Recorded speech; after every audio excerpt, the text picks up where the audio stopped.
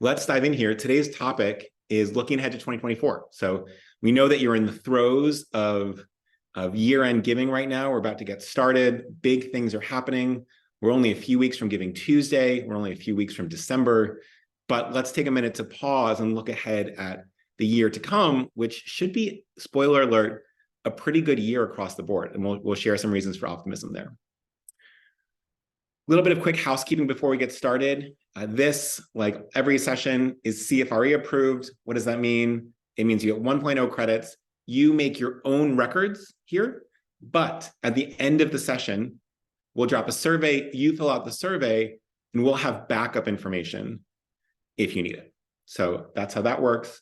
Then what happens is if you get audited, we get your back and we say, yes, so-and-so legitimately came to these things, and then you're fine. So pretty simple there. Here's the agenda, right? So we'll do some very quick intros. We'll talk about what are the big things happening in the world that are going to affect 2024. We'll take a short minute to look at generations and how each generation is going to be operating in 2024. And then we'll talk about some very specific strategies to really make the most of it. We will also send around the slides and the recording later today. So if you want to, you can share it with coworkers. If you found this helpful, you can go back over the notes if you need that.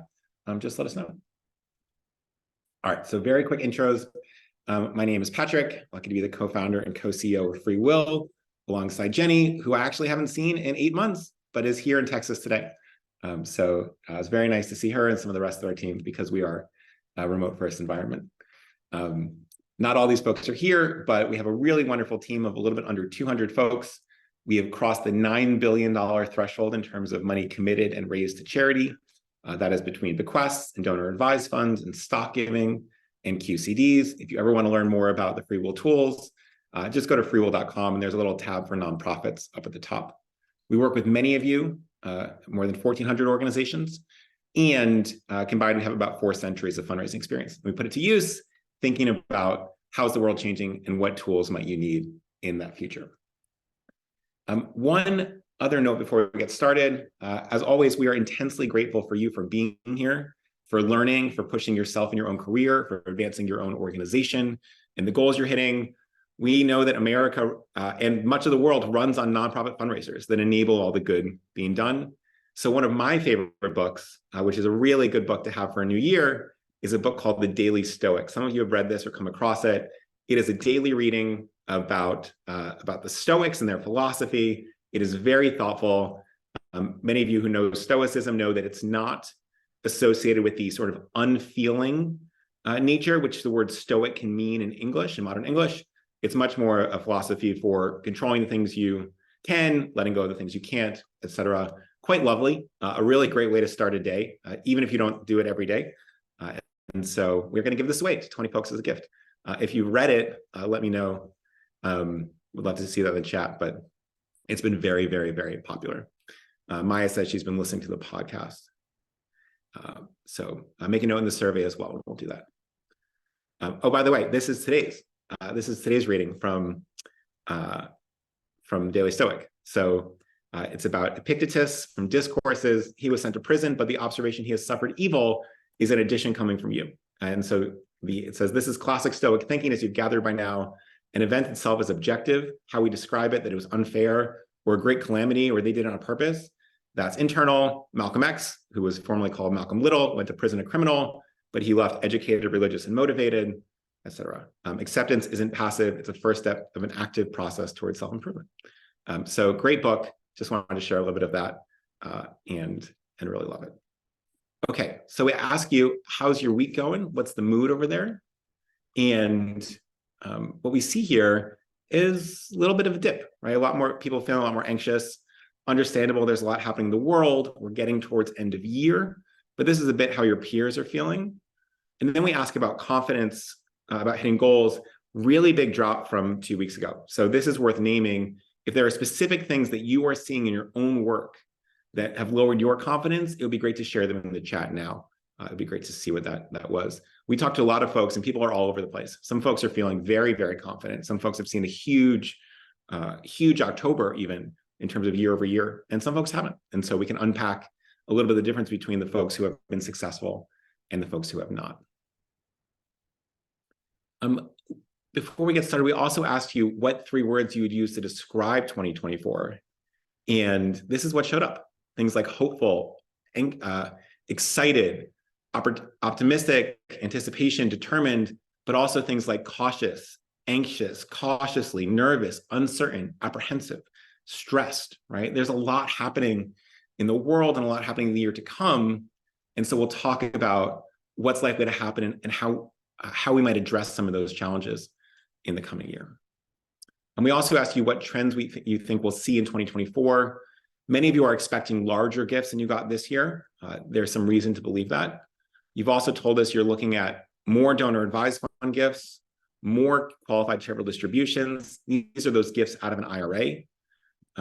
More stock gifts, more planned gifts, definitely. So all of these trends are happening, and we'll dive in a bit here.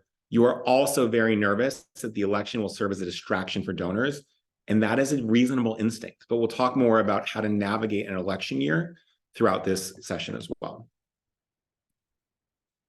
You'll also say you'll see a lot more AI in the fundraising world. We'll talk about that. That is going to be 100% true. So great questions. All right, diving in. What is happening in 2024? This is one of the most important trends that I think nobody is talking about. It is the ongoing demise of cash giving. This is really, really important. So if you only listen to about 2 minutes of the whole webinar, first, what are you doing here? But second, make sure it's this 2 minutes, right? Remember that in 2023, the report, which analyzed 2022 giving from Giving USA, big shout out to Giving USA for making that report possible, showed a 6.4% decrease in individual giving. That's a really meaningful drop, first big drop in a long time. What's interesting is that we know that qualified charitable distributions were up that year, that donor-advised funds were up at least 10% and possibly much more that year. We know that stock giving is up.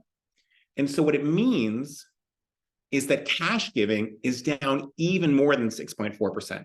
And this is a really big drop. This is a really meaningful trend, right? It's a huge deal to understand that cash is just disappearing slowly as a giving vehicle, because it means we're going to have to change our tactics.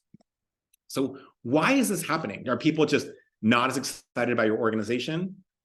Are they sort of just worse off? Well, some of that's happening. But when we talk about cash giving, what do we mean? We mean cash, but actually most of you are getting very little hard cash. No one's showing up with a suitcase.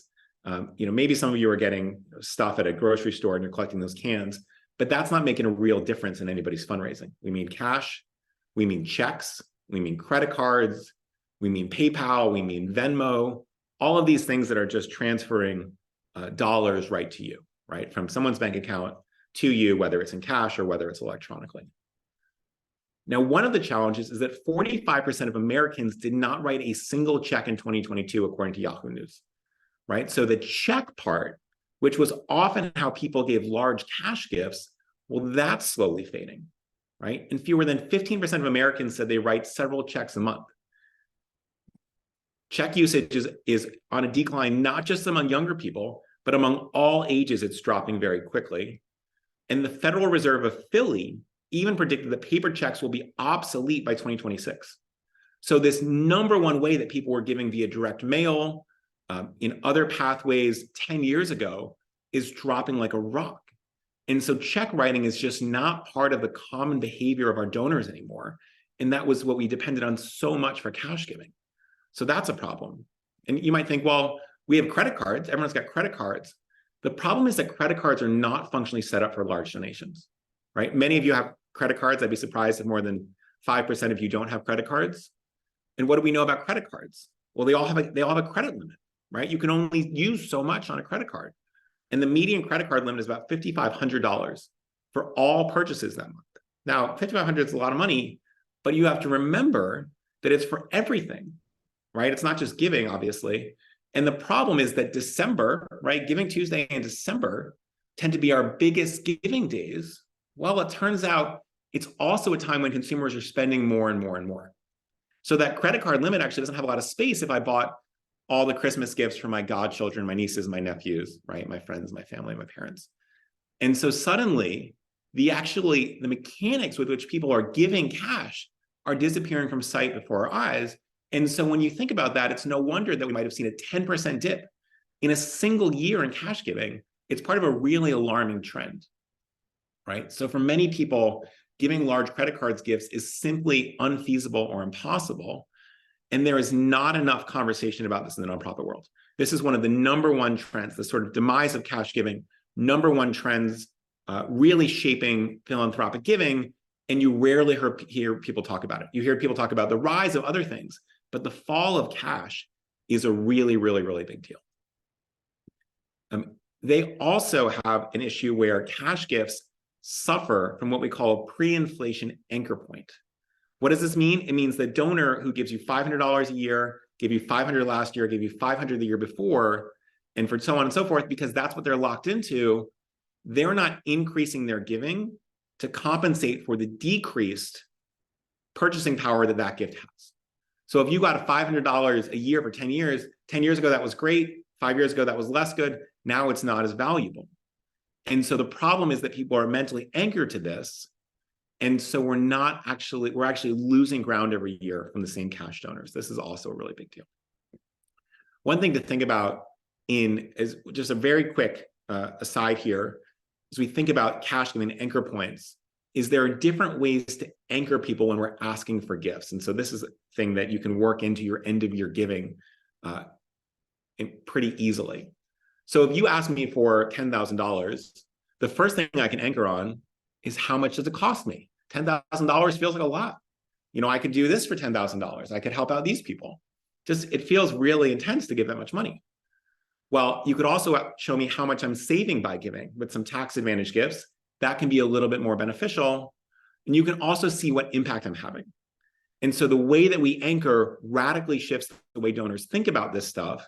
And with a couple of shifts in the way we talk about things, suddenly we'll be much more successful, right? So we're staying away from that first one, and we really want to hang out in the second and third, or both. And I'll show you an example of what that looks like in a second, right? This is true always, but with inflation, with recessions, it can be really important. I'll show you an example later in this. The second trend is that DAFs continue to eat the rest of philanthropy. And this is really, really important as well. So as of 2021, which is the last year we have totally full data for, there was $234 billion with a capital B sitting in donor advised funds. Now, this is not as much of a problem as people think, right? DAF payout rates are very high, especially compared to private foundations. So the money's coming out. 27% payout rate in 2022, very, very exciting. And in the past decade, there's been a 5x increase in total grant making from DAFs, right? So this is, think about how much this has grown, in part at the expense of cash giving. Now, we saw $46 billion in grants in 2021, and we've seen on average over the last 5 years, an average compound annual growth rate called CAGR for the math types of about 24%, meaning every year it's going up by 24%. Now, if this held constant, right, you would see $57 billion last year, $70 billion this year, $86 billion next year. Now, even a more conservative an aggressive estimate would say that 1 in 4 individual dollars is coming from donor advised fund, 1 in 4. A more conservative estimate at 15% compound annual growth would mean 70 billion, and that's about 1 in 5, right? So what it means here is that we have no serious path to fundraising in 2024 if we don't have a plan to donor advised funds, right? It's just sort of the beginning and end of the story. If 20% of all giving or 25% of all giving is coming out of donor advised funds, we need a plan, and most nonprofits don't have one. So we'll talk more about what that plan is, but this is another key piece that's replacing some of that cash giving, which is sort of dying on the vine right now. Why is this happening, right? Why are donor advised funds growing so quickly? Well, only about 1% of American adults have one. So there is a ton more room for growth in donor advised funds. But financial advisors, which, financial advisors have about 50 to 60 million clients in the United States. So many, many US adults have one. They are more actively steering their clients to set up donor advised funds. They're hearing from the market that people want to have more of a philanthropic goal, and they're helping them set aside money, and in many cases, assets to put into these donor advised funds. Now, those of you that have been to other of these sessions know that one of the most important things we talk about is how much faster organizations who take non-cash assets, and particularly appreciated stock, how much faster they grow. Well, it turns out that donor-advised funds are the epitome of the strategy, right? They are doing it better than anybody, and 2/3 of the assets that they get are non-cash gifts, which is part of the reason they're growing far faster than I would wager any nonprofit on this call, right? They're so much better at this than most of us that they're growing so quickly. Now, here's a really interesting dynamic as well, right? That while donor-advised funds are growing, in part because of stock donations into them, stock donations directly to nonprofits are also going up, which is pretty cool, right? There are some estimates that we'll see a lot more stock giving in 2024, but it's already happening. Now, there are a couple of reasons. One is we see some signs of cooling interest rates. That generally means an increased stock market, right? So why is that? The simplest version is when interest rates are high, it's more appealing to take your money out of stocks, put it into bonds. When they're low, it's more appealing to take money out of bonds and put it into stocks, right? The S&P is expected to close about 15% higher this year after falling 18% last year. So we often see that ups follow downs and vice versa. Historical trends show that when the S&P drops that much, you usually see at least 2 years of gains. But really important points here. We think this is going to mean more stock giving. Very, very important. This is not financial advice. Do not go out and buy stocks based on this opinion. No one can fully predict the stock market, but we're just looking at historical data that shows, it could be a very good year. And we want to be ready for that possibility without being certain of the possibility, right? I hope that makes sense. Please don't use this as investment advice or investment strategy. Go talk to your financial advisor.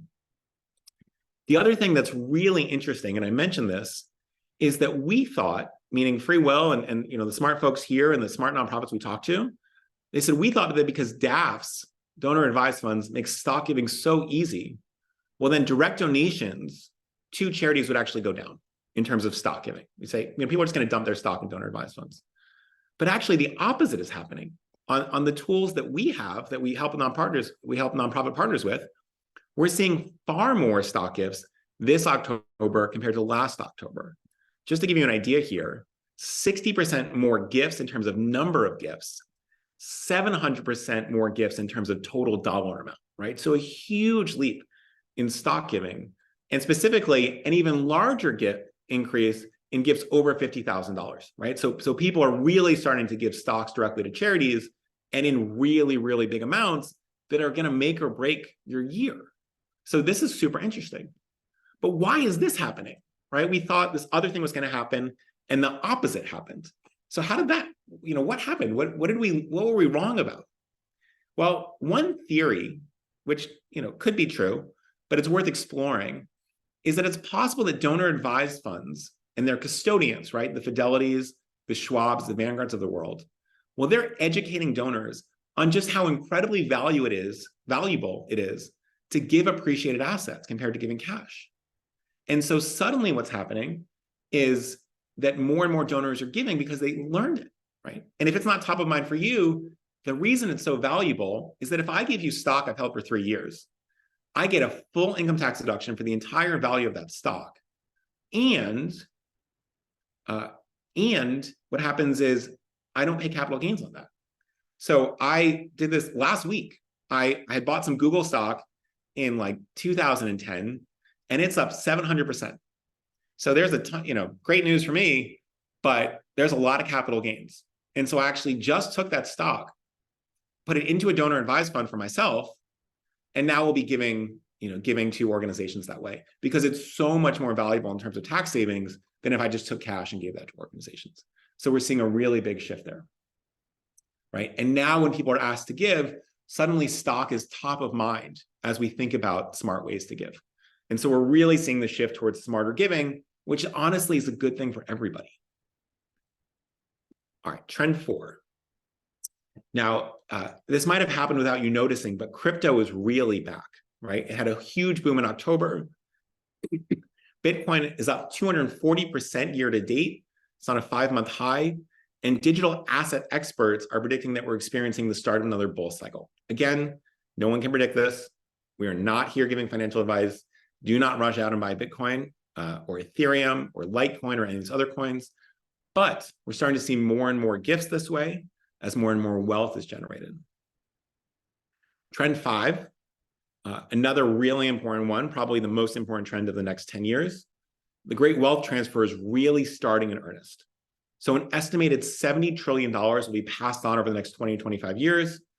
This is as boomers get older, and many organizations are already seeing their best planned giving year ever.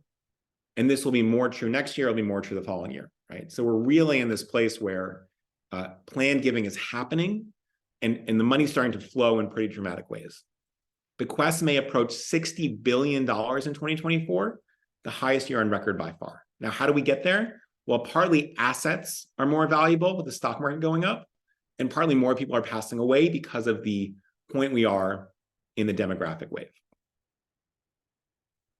Just to give you a reminder, you have seen this graph before, but if you look at that giant spike at the beginning of the baby boom, right? What year is that? It's 1946. Next year, 1947, obviously.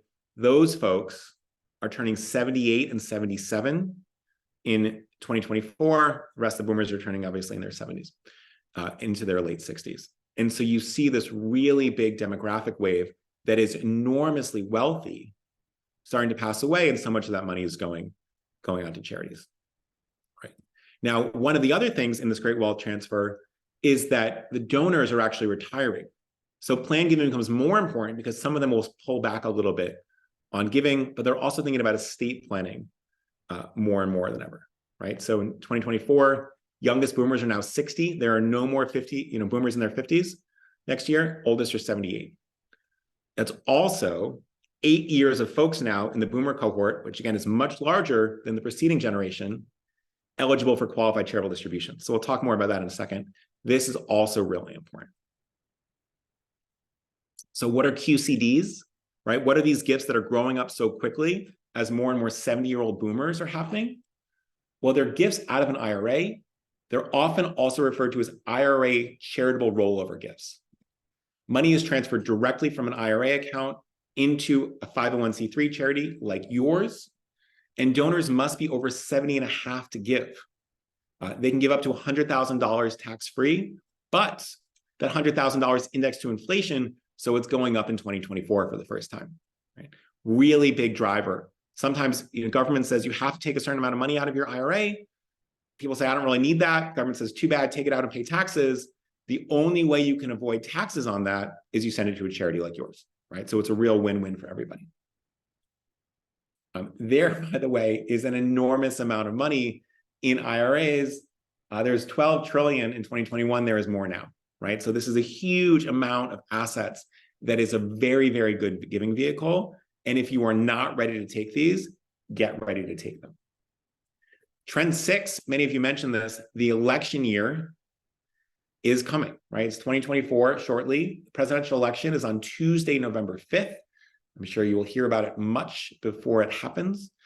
Now, historically, nonprofits who are aligned, now we know you're not formally political, but if you are sort of culturally progressive, culturally conservative, or especially culturally conservative advocacy organizations or culturally progressive advocacy organizations, well, you're going to see a sharp increase if the opposite party wins, right? So after Trump won, especially if it's a surprise, ACLU, PPFA, Anti-Defamation League, huge donations shot up. After Barack won in 2008, conservative organizations got a lot more donations. So this is a big deal. Now, if you're on the winning side, again, sort of culturally, right? You're not formally aligned with a political party. Now you're going to see a slight decrease because people feel like, oh, the problem got solved by the election. Non-political organizations, right? Your museums, your colleges, your hospitals, a relatively slight dip, right? So not a huge reason for concern, but a relatively slight dip as donors get distracted.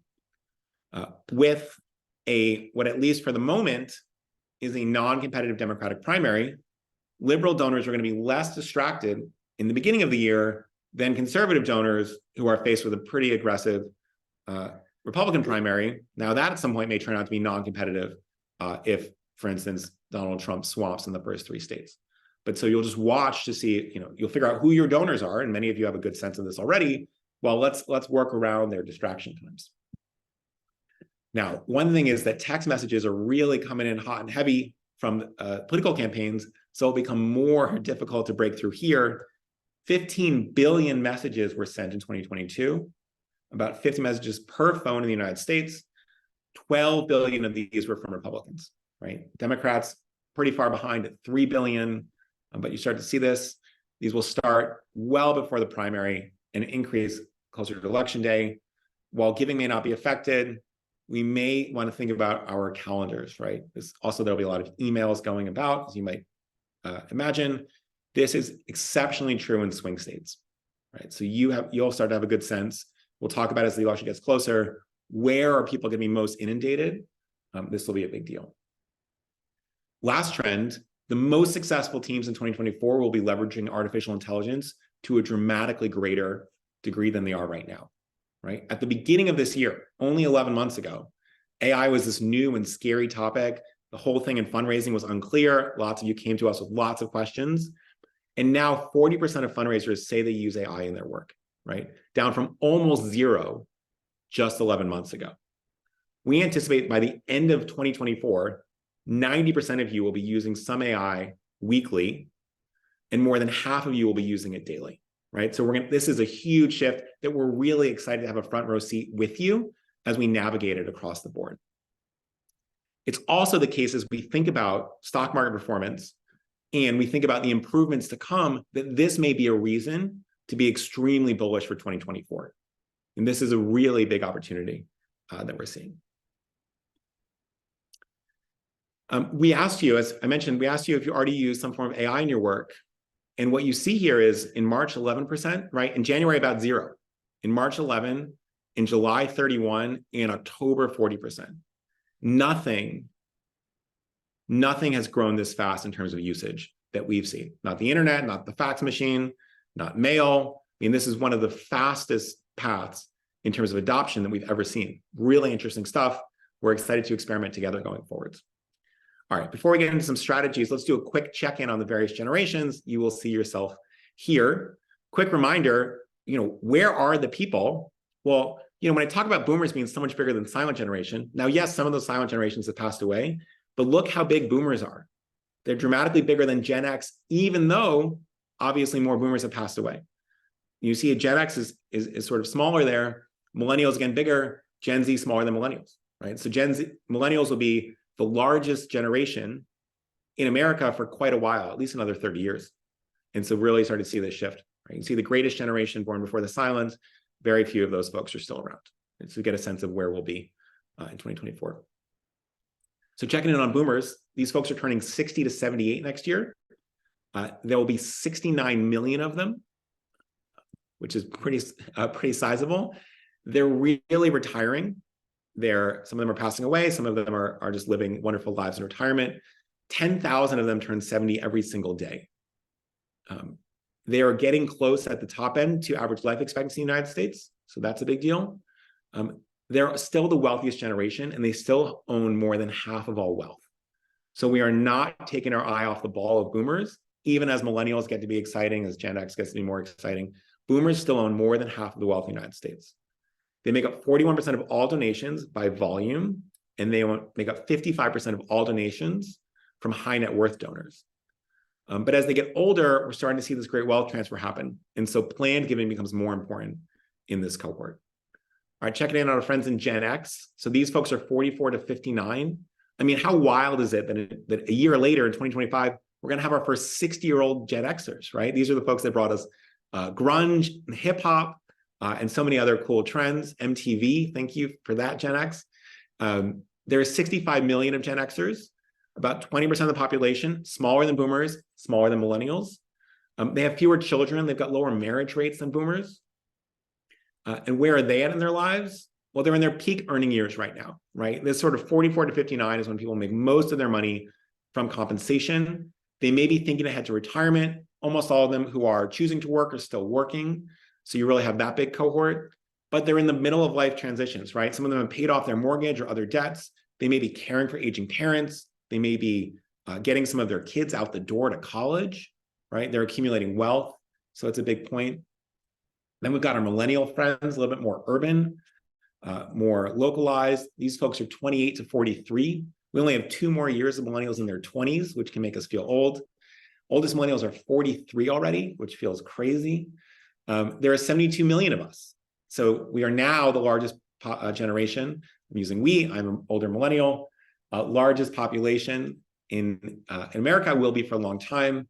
And where they are is they're starting to move into a higher income bracket, right? Especially those folks who are in their mid to late 30s, early 40s. They're often caring for aging parents at the top end. They're gaining wealth through inheritance. They're also spending more money because they're having children. The big deal here is that millennial wealth is expected to increase by 5x from 2020 to 2030. Why is that? It's mostly inheritance, right? It's mostly that boomers have more than half the wealth. That money has to go somewhere, and it's going to go largely to millennials. So this is a big deal.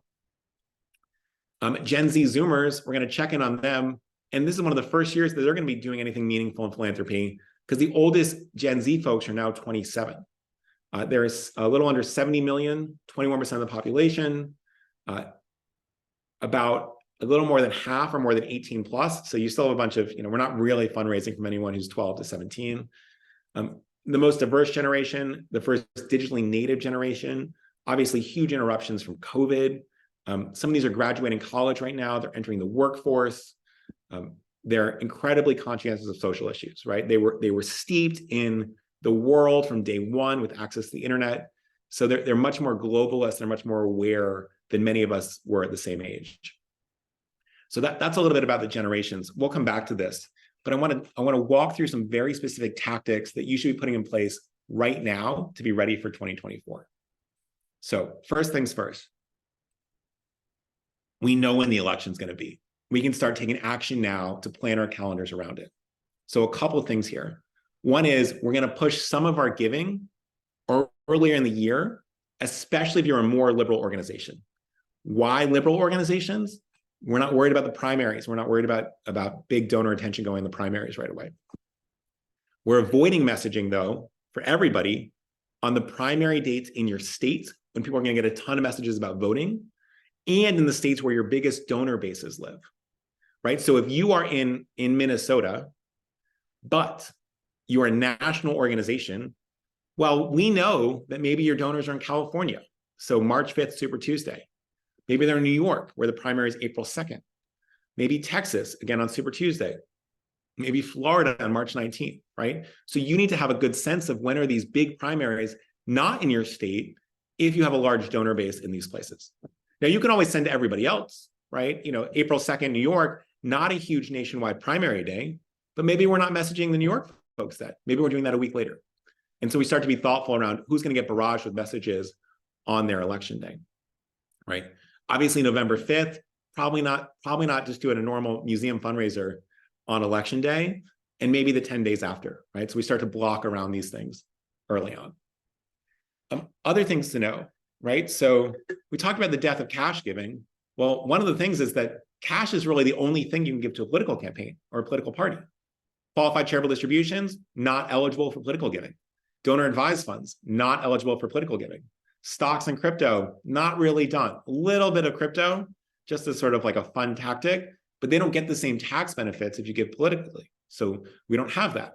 So now we can start to focus on these things that don't have the same competition that other places have. Planned gifts, super rare to political parties. We know of a couple planned gifts to state parties that are going to be around for a while. No one's giving planned gifts to specific campaigns. And so suddenly there's a lot of opportunity where you have clear swim lanes and nobody else in it, even though it feels like there's so much noise from all the campaigns. So that's a big deal. And these are going to break through the constant fundraising noise. Because one of the things, I used to work in political fundraising. I used to work for President Obama.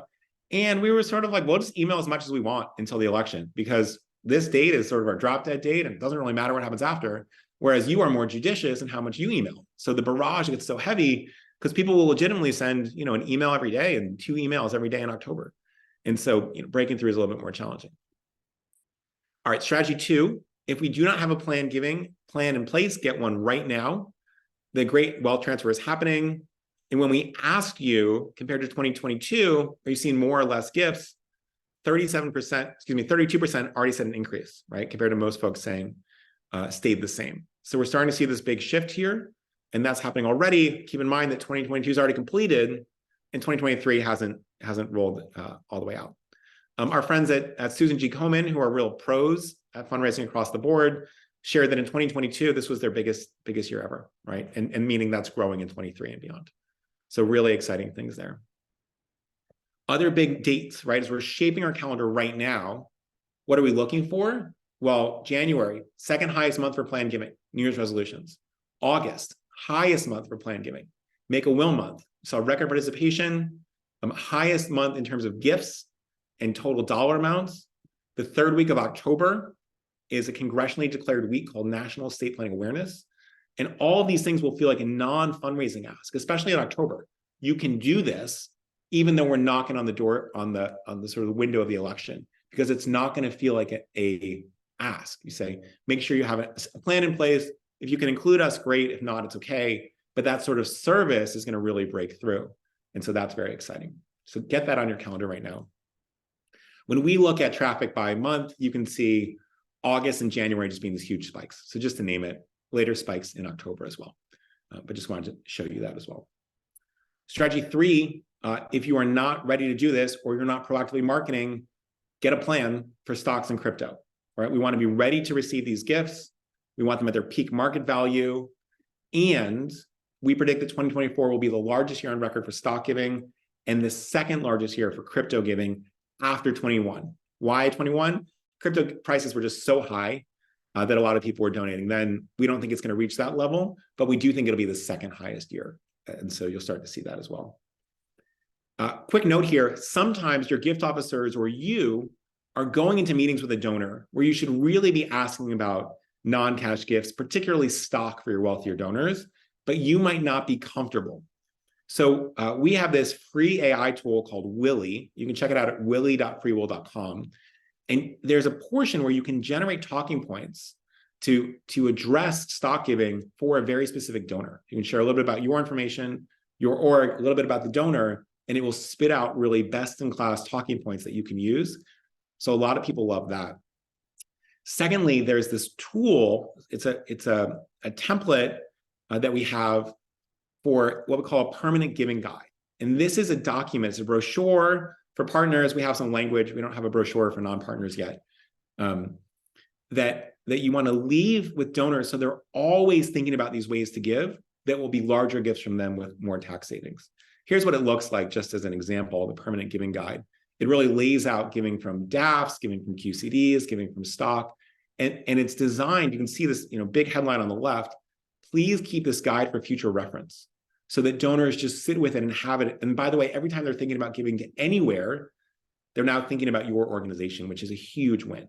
So check that out.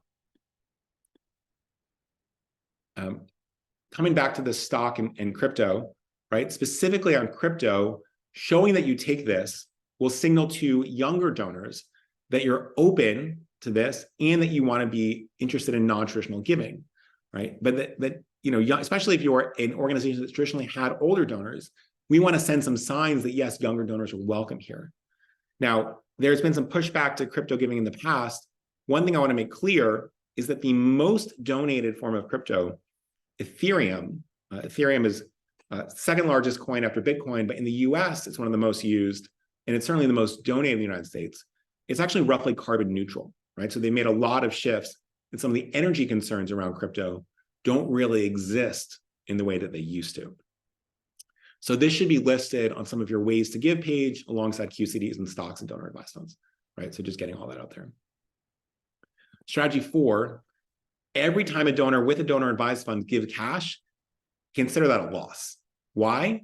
These gifts are going to be smaller from the same donors, right? The average cash gift is about 100. Fidelity says their average DAF grant is 4,400, right? So 44 times larger. But we also lose the chance to identify someone with a donor advised fund when this happens. Now, why is that important? A donor advised fund tells me that A, you have some money, you have capacity, and you have interest in charitable giving, because all this money is set aside, right? Set aside only for charitable giving. I want those people at the top of my list. And a lot of organizations will tell me, hey, if I know someone has a donor advised fund, they're assigned a gift officer that day because it's such a good sign that they can give potentially large gifts. Your nonprofit, if you don't have it already, should have a Give from My DAF button, just like credit card or PayPal, on your checkout page. And at the very least, it needs to be on your Ways to Give side so that people know it's an option, right? This is really important. Keep in mind, by the way, that donor advised fund donors are as new at this as you are, so they really need to get steered and taught and shaped, right? They're not these magically smart people. They're navigating it really for the first time. So when you ask folks, when you're doing your normal fundraising emails, let's make sure that we're asking people to give from a DAF, as well as some other areas, when in these emails. And in major donor conversations, you also want to raise this so we can identify who has a donor advised fund. All right, strategy 5, back to the anchor points we talked about early. So there are 3 potential anchor points when donors think about a gift. I mentioned this before. How much does it cost me? What am I saving? What impact am I having? What does that look like in practice? Well, here's an example. Can you give us $10,000 this year to the land trust? As I ask you that, what does it feel like? You think, oh, $10,000, that's a lot of car payments. That's a lot of tuition. That's a lot towards my mortgage. That's where your brain's going to go. I could also say, did you know that by giving a gift of $10,000 in appreciated stock, you might save up to $5,000 in taxes this year? Suddenly, wow, $5,000, that's a lot to save. And my mind's thinking it's not as defensive as that first one. Now, our third option, which we're going to argue is the best one, hey, with a $10,000 gift of appreciated stock, you can actually help us open the path through the preserve. And this will give thousands of families a chance to experience nature in a new way next year. And suddenly, for only $10,000, this feels like a bargain. I'm giving thousands of families access to a new way to experience nature, and that feels like a steal, right? And so you think about in your own brain what each of these sounds like to you as I ask you, and suddenly we start to see some real shifts here, right? So this is a big deal, something we should do. Strategy 6, you must be toying with AI right now, even if you don't use it in your work, right? So you can make all kinds of decisions about where and when to use it. You should not make any excuses about not getting smart about it faster, right? This is really going to shape a lot of the way we work in the years to come, and you have to be getting your toes wet now. This is a big deal.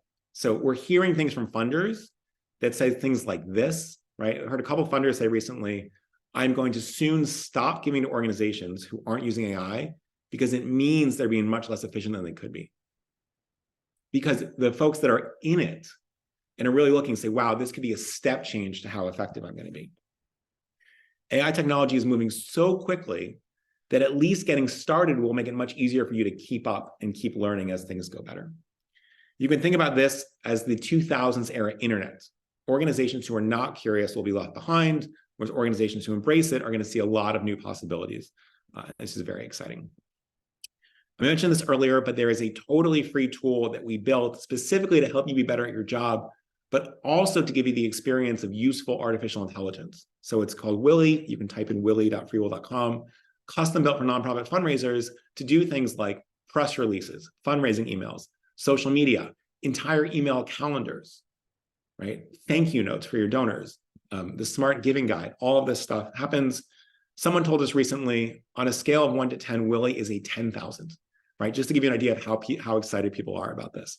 So homework, I know I don't really get to assign homework, but I'm giving you homework. Take an hour this week to play with it alongside other folks on your team.